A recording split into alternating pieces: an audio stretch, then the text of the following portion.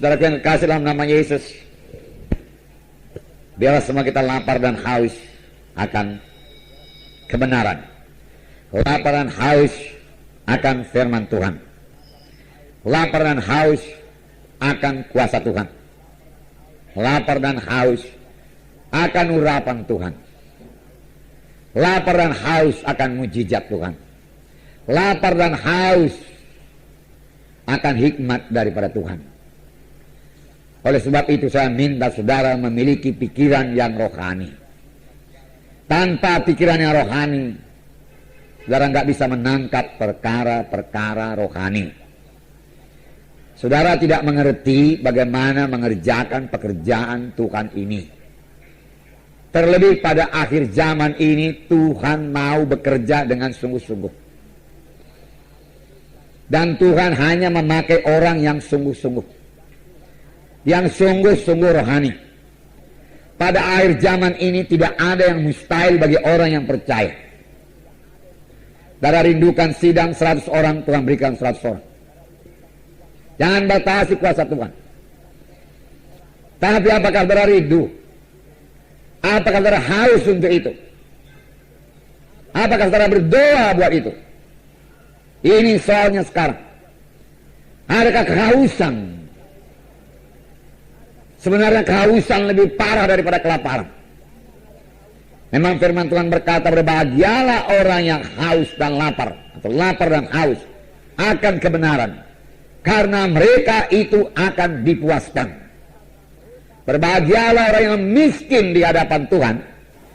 Siapa yang mengaku miskin, ya, mereka yang punya kerajaan sorga. Miskin perkara-perkara rohani, tapi jangan miskin tinggal miskin, saudaraku.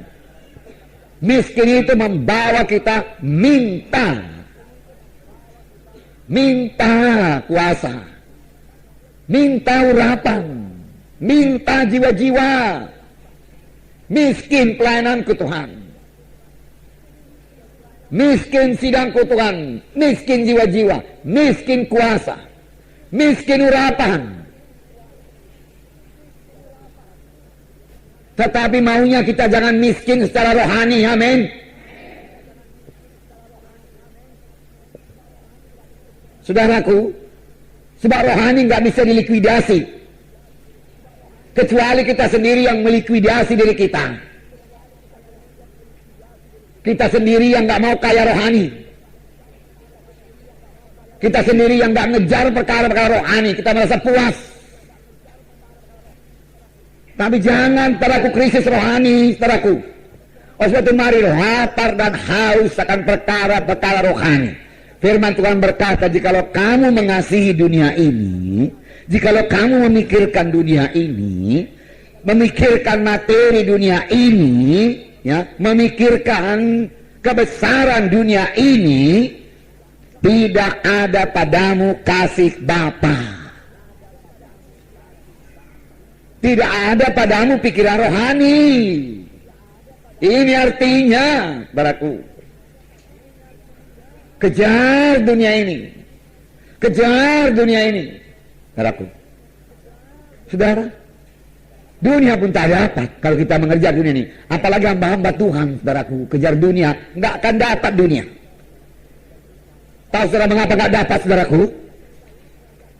Karena firman Tuhan berkata, cari dahulu kerajaan Allah, baru dunia ditambahkan, amin. Nah, cari dahulu kerajaan Allah, lalu dunia ditambahkan.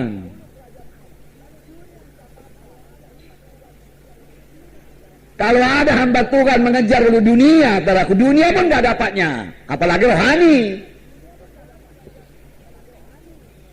Kejar kerajaan Allah, lalu dunia diberikan Tuhan. Amin, saudara. Ya, kerjakan sungguh-sungguh pekerjaan Tuhan, lalu dunia diberikan Tuhan. Amin, saudara. Nah,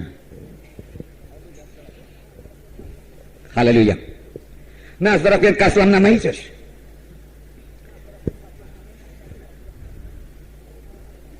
kita melihat sidang pertama, bagaimana lahirnya gereja. Gereja lahir dengan kuasa, amin. Gereja lahir dengan kuasa dan berjalan dengan kuasa dan akan diangkat dengan kuasa. Dan hanya gereja yang berkuasa, gereja yang menang, gereja yang suci yang diangkat Tuhan. Amin. Dan pada akhir zaman seperti ini, tanda-tanda akhir zaman, pada hari-hari terakhir, firman Tuhan bicara mengenai hari-hari terakhir. Amin, saudaraku.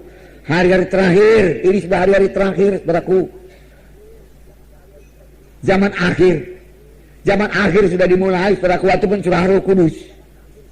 Sebab Petrus berkata, pada hari-hari terakhir aku akan mencurahkan Rohku. Amin. Dan itu sudah 2000 tahun yang lalu.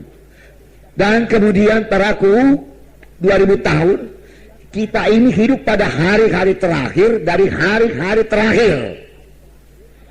Nah, apakah kita masih mengejar dunia? Hari-hari terakhir dari hari terakhir, tanda-tanda akhir zaman sudah genap lah ini, saudaraku. Banyak sekali sekarang orang Kristen berdoa.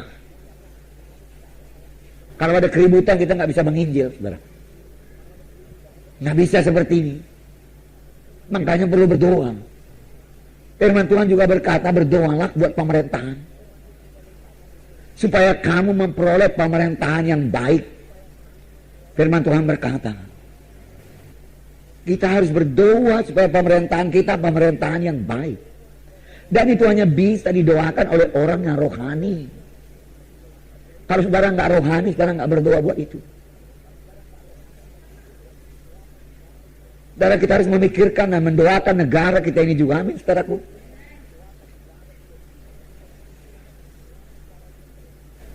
Tetapi saya mau mengatakan pada saudara, belum terlambat kalau kita ini semua orang-orang rohani. Amin.